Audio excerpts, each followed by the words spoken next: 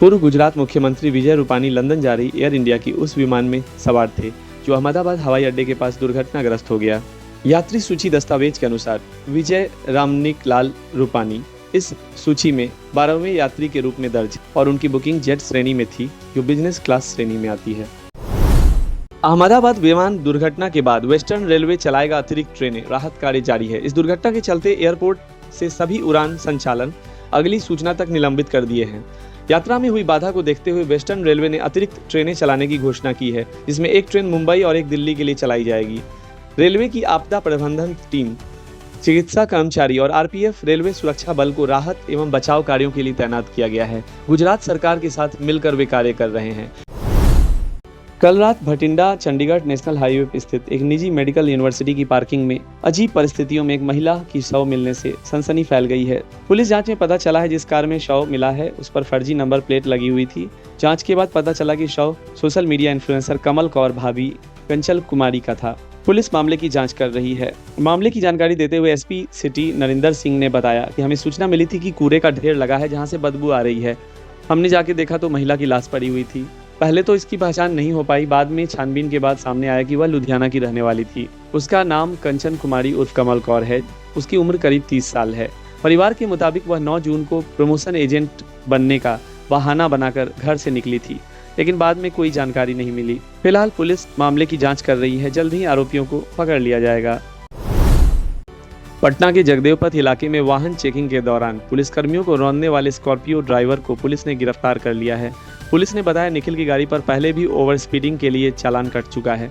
जांच में पुलिस को यह भी पता चला कि आरोपी की कार पर बीजेपी का झंडा लगा हुआ है। पुलिस ने बताया कि यह घटना उस वक्त हुई जब जगदेव पथ पर वाहन चेकिंग अभियान चल रहा था। स्कॉर्पियो रजिस्ट्रेशन नंबर BH01HY4446 के ड्राइवर निखिल राज ने पुलिस के रुकने का संकेत अनदेखा करते हुए बैरिकेड्स तोड़ दिए और तेजी से पुलिसकर्मियों को टक्कर मार दी।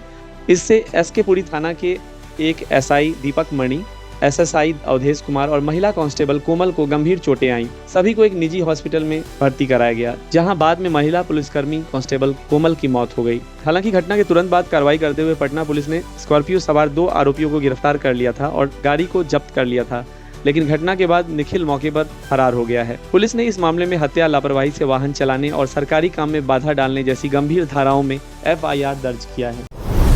अहमदाबाद विमान हादसे का वीडियो देखकर आशंका जताई है कि विमान डगमगाए या संतुलन खोए बिना नीचे गिरा है। इसका मतलब है कि दोनों इंजन से थ्रस्ट यानी ऊपर ढकेलने वाली ताकत नहीं मिली और जहाज ऊंचाई खोते खोते क्रैश कर गया। एविएशन एक्सपर्ट और पूर्व विंग कमांडर आलोक सहाय ने कहा कि वीडियो में गौर करने वाली बात यह भी है कि हवाई जहाज के विंग्स लेवल सही हैं और संतुलन ठीक है, लेकिन वो नीचे गिर रहा है। यह दिखाता है कि जहाज ऊंचाई खो रहा है, लेकिन उसे इंजन से ऊपर जाने की ताकत नहीं मिल रही है, यानी दोनों इंजन फेल हो गए हैं। राष्ट्रीय राजधानी दिल्ली इन दिनों भीषण गर्मी की चपेट में है। शहर के कई हिस्सों में अधिकतम तापमान 43 डिग्री सेंटीग्रेड से ऊपर दर्ज किया गया है। पालम में 44.5 डिग्री सेंटीग्रेड, आयनगर में सबसे अधिक तापमान 45 डिग्री दर्ज किया गया है। रिज में 43.6 डिग्री, लोधी रोड में 43.4 डिग्री और सफदरजंग में 43.3 डिग्री सेंटीग्रेड तापमान रहा। भारतीय मौसम विभाग IMD ने पहले ही दिल्ली NCR में लू जैसी स्थिति की चेतावनी दी थी। आज और कल के लिए येलो अलर्ट जारी किया गया है। इससे पहले 10 और 11 जून को ऑरेंज अलर्ट जारी किया था। IMD के अनुसार उत्तर पश्चिम भारत में मैदानी इलाकों में अगले 4 दिन तक गर्मी का असर बना रहेगा। हालांकि 14 जून से राहत मिलने की संभावना है, क्योंकि बारिश, गरज चमक और तेज हवाओं के साथ मौसम में बदलाव आ सकता है। राजस्थान के श्री गंगानगर में सबसे अधिक तापमान 48 डिग्री सेंटीग्रेड दर्ज किया गया। पंजाब, हरियाणा, दिल्ली, यूपी, MP और हिमाचल के कुछ हिस्सों में भी लू की स्थिति बनी रही।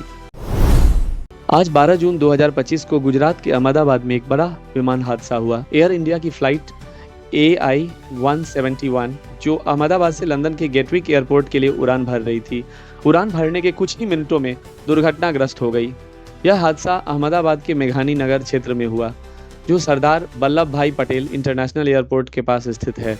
ये विमान बोइंग 787-8 ड्रीमलाइनर था।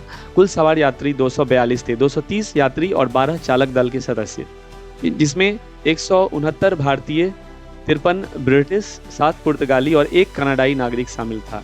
पायलट कैप्टन सुमित सबरवाल और को पायलट क्लाइव कुंदर ये इस विमान को चला रहे थे। विमान ने स्थानीय समयानुसार दोपहर 1:38 पर उड़ान भरी और लगभग 5 मिनट बाद मेघानी नगर क्षेत्र में एक डॉक्टरों के छात्रावास में दुर्घटनाग्रस्त हो गया। उड़ान के तुरंत बाद विमान ने एटीसी को मेडे कॉल किया था, लेकिन इसके बाद संचार टूट गया। दुर्घटना के कारण विमान में भीषण आग लग गई, जिससे आसपास के क्षेत्र में भारी धुआं फैल गया। प्रारंभिक रिपोर्टों के अनुसार इस हादसे में 133 लोगों की घटनास्थल पर ही मौत हो गई है, जबकि घायलों की संख्या अभी स्पष्ट नहीं है।